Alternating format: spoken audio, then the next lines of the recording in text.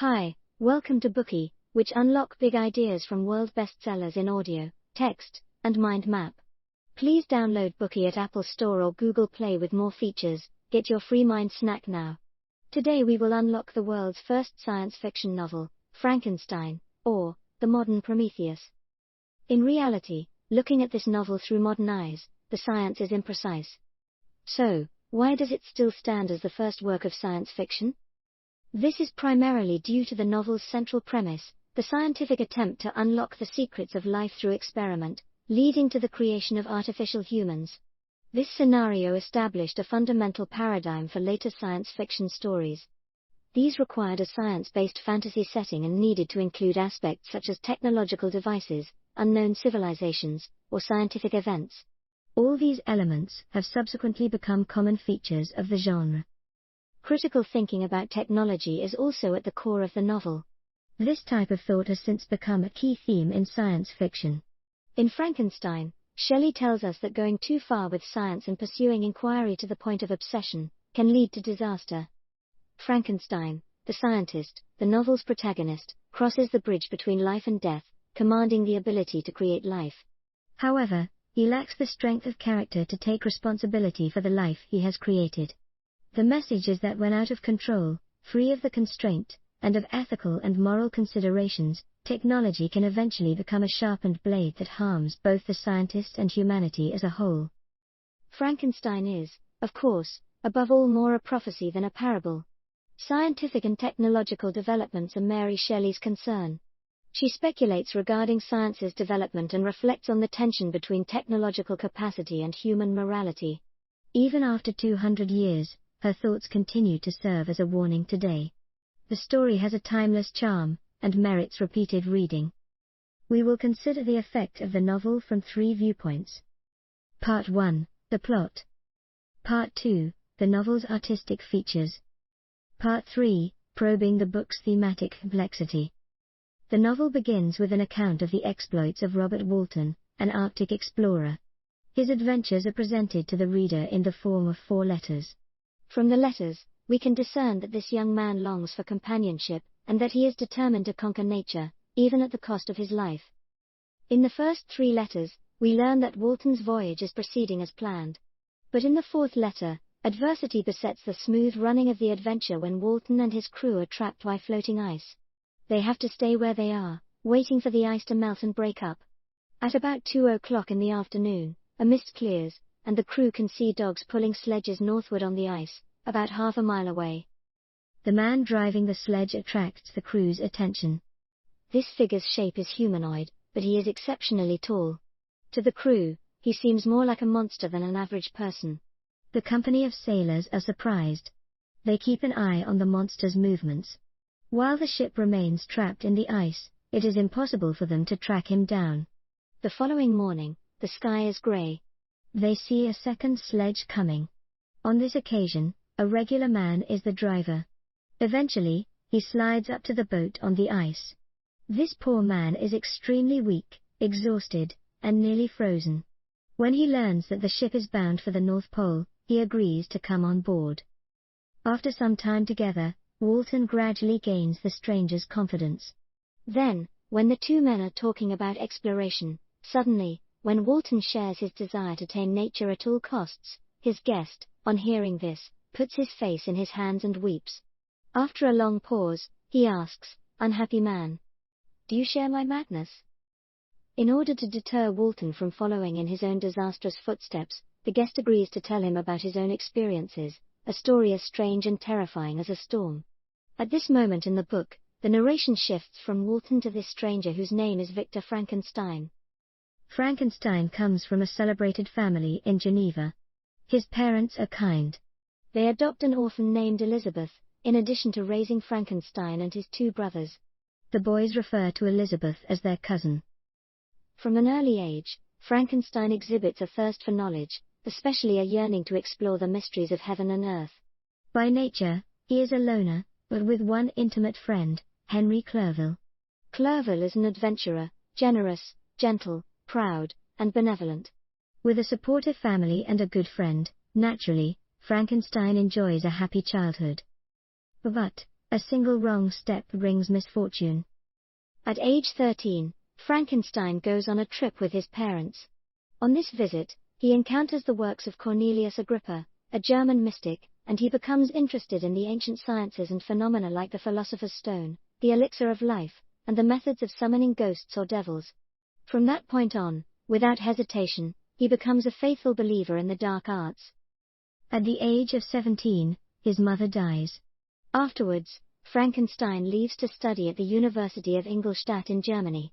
Following his arrival at this sanctuary of modern science, as many of the professors emphasize the impracticality of ancient scholars, Frankenstein's desire to explore their approaches only grows more intense. He is determined to forge a new path in natural science, to reveal the mystery of life itself to the world. Passionately, the young man begins to devote himself to the study of natural science, committing every waking hour, day and night, to this pursuit. With his particular interest in the origin of life, he forgets to eat and neglects to rest. He spends his days and nights in tombs and morgues.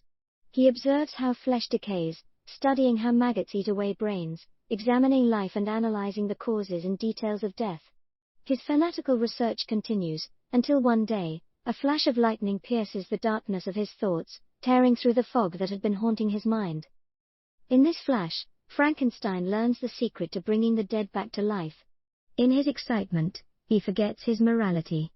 Obsessively, he visits tombs and graves, collects bones, and tortures animals. He is unable to stop doing these cruel things. Finally, at 1 o'clock on a gloomy night, as the rain beats against the windows and the dying candles flicker, the body he had made out of various body parts opens its eyes. What kind of life is this? The figure is tall, about 8 feet. The monster's yellow skin barely covers the muscles and blood vessels beneath. The dull, pale yellow eyes are set into a withered face. The hard, black lips are ghostly and hideous. Frankenstein is terrified and disgusted by what he has created, and flees out the door. When, early the following morning, a troubled Frankenstein is wandering the streets, he happens to meet his former friend, Clerval, who has come to study in the town. Frankenstein takes his friend back to his house, all the while worried that the monster will suddenly loom up in front of him. Discovering that the monster has escaped, to his friend's horror, the anxiety causes Frankenstein to collapse in a faint. When he wakes up again, Frankenstein finds himself confined in a hospital room with a nervous fever. Clerval takes good care of his old friend during Frankenstein's several months in hospital. He nurses Frankenstein back to life. But it is clear that Frankenstein's environment has become a breeding ground for fear. He constantly worries that the monster will someday return to find him. Everyone will discover that he created an abomination. So, Frankenstein decides to return to his family. But, before he has time to leave, he encounters further misfortune. His father writes that his youngest brother, William, has been strangled. Frankenstein hurries home, deeply upset. However, he does not realize that this is only the first small part of a miserable fate that awaits him. Traveling through the night, Frankenstein finally arrives in Geneva. He decides to visit the scene of his brother's murder. The thunder crashes, and the rain pounds down. A looming figure is illuminated by a flash of lightning. In horror, Frankenstein recognizes the monster. The monster's appearance near to the crime scene seems suspicious. Frankenstein suspects that the monster is William's murder. William was still a child, and other than this creature, how could anyone harm an innocent child? Frankenstein feels a sense of great remorse that he has caused his own brother's death by bringing this devil into the world. Frankenstein receives yet another piece of bad news when he gets home. The maid, Justine Moritz, whom Frankenstein grew up with, and who was like a sister to him, has been arrested for the murder. Although he appeals for her release, she is unjustly tried and sentenced to death. Frankenstein is distraught. Dwelling on the death of his loved ones, he takes himself off to the countryside, hoping to find peace. One day, when Frankenstein is wandering in the Alps near his home, the monster appears again. Frankenstein approaches the creature, venting his anger. The monster looks bitter, contemptuous, and vicious. He denounces Frankenstein's cruelty to him and implores his creator to allow him to defend himself. At this point, the narrator of the story changes from Frankenstein to the monster he had created. After escaping from the lab, the monster went into the nearby forest. There he fed on berries and quenched his thirst from a stream. He cried with fear when the darkness fell at night and rejoiced at the sight of moonlight. The supply of food in the forest was soon gone. Leaving the forest, the monster arrived at a small village. He entered a farmhouse. Immediately, on catching sight of the monster, the owner screamed. In response, other villagers rushed out of their homes and beat the creature black and blue with stones. He fled to dwell in an abandoned hut. At least there was a roof over the monster's head, so he was content for a while. At this point in the monster's account, he becomes aware of his neighbors, an elderly blind father and his children. The monster senses his own ugliness in comparison to the attractive family. This causes him to feel sad and shameful. He envies the family's closeness, seeing that they care for one another day and night. He longs to be one of them, to be loved and supported, not feared and attacked. By observing his neighbors in secret, the monster learns a lot. For example, the monster stops stealing their food when he realizes that it causes them suffering. He even secretly begins to help them, chopping the wood and clearing the snow. When he discovers that they use sounds to communicate, he picks up their language. With his beloved neighbors, he learns to rejoice and mourn. He picks up their admirable qualities and gradually becoming gentle and soft-spoken. Later, from the neighbors the monster learns to read and write, and he begins to understand the intricacies of human society. However, the more he knows, the more he suffers due to his deformed ugliness. When he escaped from the lab, the monster took an item of Frankenstein's clothing. In its pocket, he found Frankenstein's journal, a record of his birth. His awareness of his origin makes his suffering even worse. Having learned to read, he senses the fear and contempt in his creator's words. He begins to resent Frankenstein for making him so ugly, so frightening, and so isolated. He curses the hateful day when I received life. But there is still a glimmer of hope in the monster's heart that he can be accepted and loved. It all hinges on his neighbors, the people he calls his protectors. Their cheerful and tireless good nature is in his dreams. He begins to plan a meeting. Nevertheless, this makes him feel deeply uneasy. The monster finds an opportunity when the children are out of the house. He visits next door and appears before the elderly, blind father. He asks to be taken in by the old man. After hearing the monster's story, the old man quickly decides to help him. Unfortunately, at the last moment, the children unexpectedly return. They are so shocked by the monster's appearance, they automatically assume he must be attacking their father. They beat him out of the house, and move away that very night. Broken-hearted and despondent, the monster thinks of his creator, the only human who has a duty to pity him and make things right. So, he decides to go to the address in Frankenstein's journal.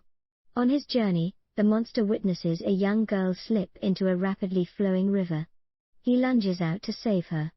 As he struggles to pull her to safety, her companion appears with a gun and shoots him. Wounded and in pain, the monster hides in the forest. When he recovers from his wound, he swears his determination to take his revenge on mankind. After 2 months of traveling, the monster arrives at the outskirts of Geneva. He runs into a cute little boy. He feels that perhaps the little chap could be his friend. He ought to be pure of mind, not yet predisposed to societal concepts of beauty and ugliness. However, when the child sees him, he covers his eyes and screams. He calls him a man-eating monster. He claims that his father is a government official, Alphonse Frankenstein, and he will severely punish him. The child struggles and swears. The more the monster hears, the more desperate he feels. He tries to shut the boy up, grabbing the child by the neck and eventually choking him to death. After strangling the child, the monster snatches a pendant from the child's chest and slips it into a woman's pocket. We all know the next part of that story. When William is found dead, the maid, Moritz, is unjustly sentenced for the crime. After the monster finishes recounting his story, he asks Frankenstein to create a female companion for him. Together, he claims they would live in the wilderness and leave all humans alone. Alternatively, he will run rampant, continue to do evil. For a moment Frankenstein hesitates, but eventually agrees to the deal and asks the monster not to hurt anyone else. He chooses a remote Scottish island as his secret base for creating the female monster. But now, unlike the obsessive state he was in the first time, Frankenstein loathes and fears the task at hand. One evening, as Frankenstein's work draws to a close, he begins to ponder the possible consequences. What if the new monster is more tyrannical and takes pleasure in killing people? What if the two monsters dislike each other and go their separate ways? Or, what if they fall in love and start having children? Frankenstein realizes that he cannot risk the safety of the human race. So, he takes the creature he has been making and tears it to pieces. The original monster is looking in through the window. When he sees what Frankenstein has done, he wails with despair and rage and runs away again. Later, in the darkness of night, the monster returns to ask Frankenstein why he had broken his word and destroyed his hope. Why do men get to have a partner, while he is alone? Why does he feel a wealth of tender emotions toward people, but all he gets in return is disgust or ridicule?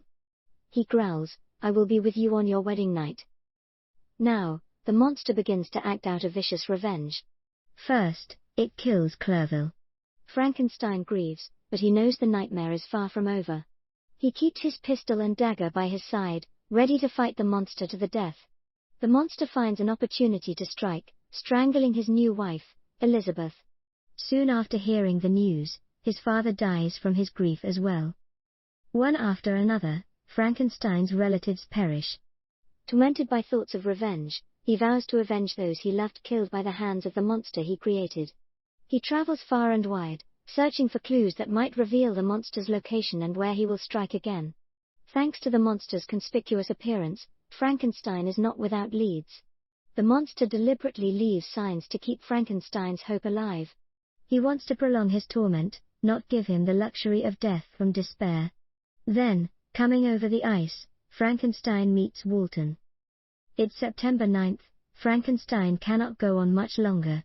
Before he finally expires, he says that he hopes Walton can help him finish the task he had not been able to complete. He urges Walton to be satisfied with his accomplishment, and not be blindly ambitious like he has been. With this message, he closes his eyes forever. Just as Walton puts pen to paper to record Frankenstein's fantastical tale, an unusually large, disproportionately vulgar, and clumsy figure arrives at the side of the casket where Frankenstein's corpse has been laid to rest. The monster has come, and he lets out a terrible wail.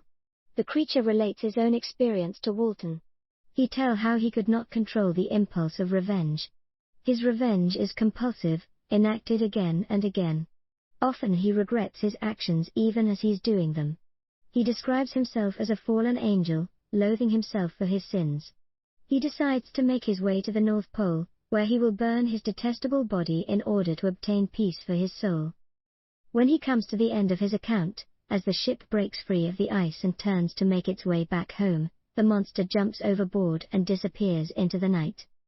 Today we are just sharing limited content. To unlock more key insights of world-class bestseller, please download our app. Just search for Bookey at Apple Store or Google Play. Get your free mind snack now.